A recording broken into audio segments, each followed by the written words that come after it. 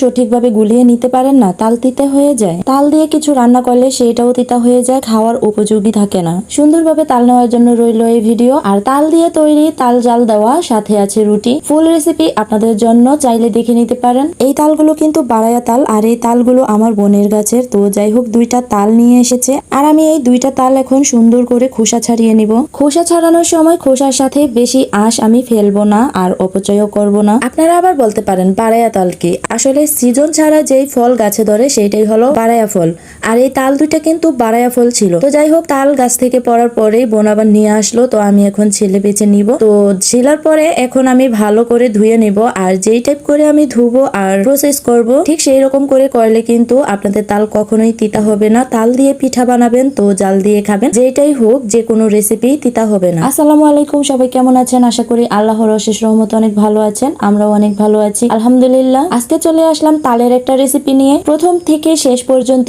আপনাদের সাথে ভিডিওটা শেয়ার করলাম। প্রথমে আমি তালগুলো ভালো করে খোসা থেকে ছাড়িয়ে নিব। খোসা থেকে ছাড়ানো হয়ে গেলে আপনারা যেই কাজটা গুরুত্ব সহকারে করবেন সেইটা হলো, এখন আমি চামিচ দিয়ে যেইভাবে তালগুলো সুন্দর করে নিয়ে নিচ্ছি, ঠিক সেইভাবে আপনারাও তালের এই মুখ থেকে অনেকখানি তাল চামচের সাহায্যে তুলে নেবেন। এই তালগুলো কিন্তু কখনোই তাল থাকে না, এই তালগুলো কেমন একটা পিচ্ছিল আকারে থাকে, আর এই তালগুলোই হচ্ছে তিতা তাল। আর এই তালগুলো কোনো অংশে যেন তালের মধ্যে না থাকে। আর এইখানে 3টা আটি হয়েছে, আর 3টা আটির ঠিক মাঝ বরাবর চামচ দিয়ে ঠিক এই টাইপ করে কুড়িয়ে নিতে হবে, আর সেই তালগুলো ফেলে দিতে হবে, সেইগুলো নেওয়া যাবে না। এই অংশটা ভালো করে কুড়িয়ে নিতে পারলেই তালের তিতা ভাব চলে যায়। অনেকে হয়তো জানেন না বা জানলেও করেন না। ঠিক এরকম করে আপনারা যদি একটা চামচের সাহায্য নিয়ে তাল কুড়িয়ে কিছু তাল ফেলে দেন, তাহলে তালের তিতা ভাবটা চলে যায়। মুন্সিগঞ্জে তাল দিয়ে নানান রকমের পিঠা তৈরি করা হয়, আর আজকে আমি আপনাদের দেখাবো তাল জাল করা। তাল জাল করা দিয়ে কিন্তু মুড়ি মাখিয়ে খেতে খুব মজা,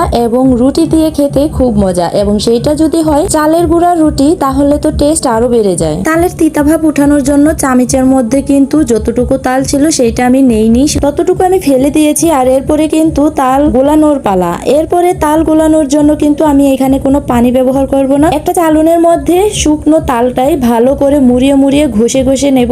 এইভাবেই বের হয়ে যাবে তাল। আস্তে আস্তে সবটুকু তাল আমি বের করে নিব। আপনারা চাইলে বেতের চালুন ব্যবহার করতে। তাল গুলানোটা কত সুন্দর হয়েছে দেখেন, এখানে আমি কোনো পানি ব্যবহার করি নাই। আর এই তো দেখেন চালের গুঁড়ো দিয়ে রুটি বানানোর ডো। আটা দিয়ে তৈরি রুটির থেকে চালের গুঁড়া দিয়ে তৈরি রুটি তাল দিয়ে খেতে ভারী মজা। তাল জাল করার রেসিপিটা আমার মা খুব ভালো জানে। তো এই তালের মধ্যে সে আগে থেকে দুধ জাল করে রাখা হয়েছিল, সেই দুধগুলো দিয়ে দিয়েছে, আর দিয়েছে পরিমাণ মতো চিনি, আর দিয়েছে অনেকগুলো নারিকেল। নারিকেলের পরিমাণটা একটু বেশি হলে খেতে খুব মজা লাগে। এন্ড আপনাদের যদি